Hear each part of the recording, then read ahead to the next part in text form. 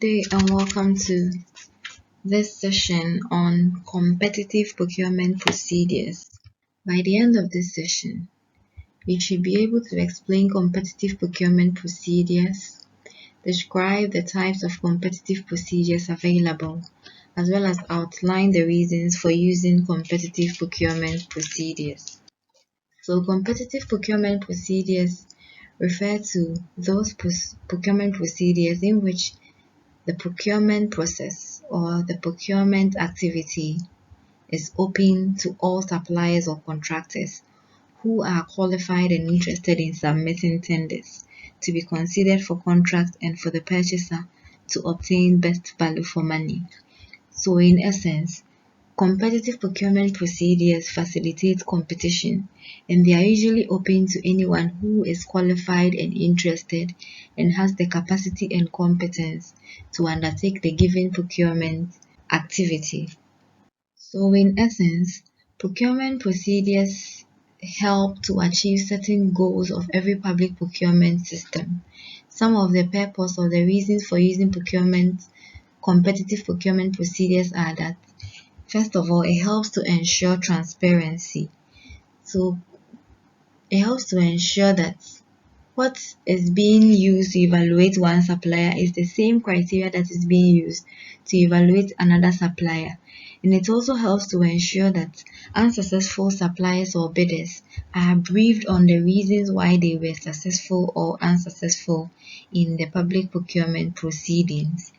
Then secondly, because competitive procurement procedures are open to all qualified and competent suppliers, it helps to promote fairness in that one supplier is not placed above the other supplier in competitive procurement procedures. And thirdly, competitive procurement procedures are done to promote competition among suppliers because in essence, it is open to all qualified and competent suppliers who are capable and have the ability to perform the procurement contract in accordance with the terms and conditions specified in the invitation document. Then it facilitates accountability in the sense that whatever is being undertaken in the procurement proceedings has to be reported on and made available to both successful and unsuccessful suppliers in the procurement proceedings. So it ensures that procurement professionals are accountable to suppliers as well as their stakeholders as to how procurement proceedings were undertaken.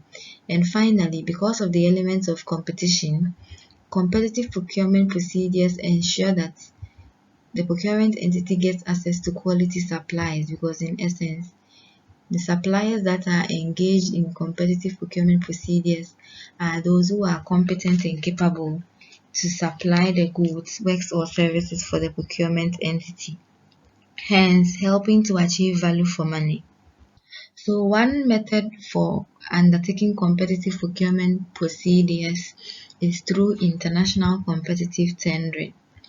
So international competitive tendering is usually appropriate for high value or complex procurements, or it is also used for the supply of goods which by their nature or scope is unlikely to attract adequate local competition. So let's say University of Cape Coast want to undertake a given procurement activity, but the procurement activity is too high to warrant the threshold for local or national competitive tendering. Or maybe the University of Cape Coast wants to undertake a procurement activity which they believe that if they open it to local suppliers, they are likely not to get any supplier responding to their invitation document because in essence the item that they want is more of international in nature and the item is more cheap and more readily available in the international market than locally. So in that instance, they would opt for international competitive tender where they will invite or they will send the invitation to tender advertisement internationally and open it to any supplier who is anywhere in the world, and these suppliers need to be from an eligible country that the entity can and is within the jurisdiction or the remit of the law allowed to source from. Then you move on to national competitive tendering. So it is a process which is open to qualify tenders from a given country. So unlike international competitive tendering, which is open to foreign suppliers, national competitive tendering is restricted to local competition only. And unlike international competitive tender, which is useful for high value complex procurement, national competitive tender is usually appropriate for low value procurement where the goods are unlikely to attract foreign competition, or where there are justifiable reasons for the procurement entity to restrict tendering only to domestic suppliers. So in undertaking either procurement using national or international competitive tendering, certain general steps have to be followed. First of all, there has to be the use of standard tender documents, and these are the ones that have been issued in Ghana. These are the ones that have been issued by the Public Procurement Authority, and they establish the goods required, the technical specification, the procurement procedures to be followed, and then the proposed contract conditions. It should be noted that these standard tender documents contain all information that is necessary to allow a tenderer to prepare a responsive tender or quotation.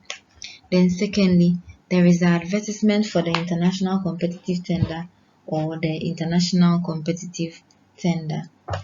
So whether it is national or international competitive tender, it has to be published in a given newspaper of wide circulation. So for international competitive tender, the advertisement has to be published in an international newspaper with wide circulation, while the national competitive tender, the advertisement has to be widely circulated locally. And it should be noted that in addition to all the mediums, the advertisement has to be published for the website on the website of the Public Procurement Authority. That is in terms of the situation for Ghana. Then there is tender clarification. So during the tender invitation stage, there is an allowable time that tenderers or suppliers are allowed to seek clarification from the procurement entity regarding any part of the tender document that they do not understand. Then you move on to receipt and opening of tenders. So the procurement entity is required to provide a tender box that the tenders will be deposited till they are publicly opened. The tender box would be kept by the procurement unit under lock and key and placed at a prominent place to receive tenders. It should be noted that opening of tenders is only done after the close of the tenders and shall be coordinated by the procurement unit. Then you move on to tender evaluation. So an evaluation panel is usually set up, which comprises a minimum of 3 persons and a maximum of 5 people. And these people need to have the requisite expertise or skills to perform the evaluation process. And it should be noted that evaluation is usually done in accordance with the specified evaluation criteria in the tender invitation document. Then there is review and approval of evaluation reports. Then there is finally award of contracts as well as notification to unsuccessful tenderers, otherwise known as debriefing. So you have learned about competitive procurement procedures, the type of competitive procurement procedures available, and reasons for using competitive procurement procedures. Thank you.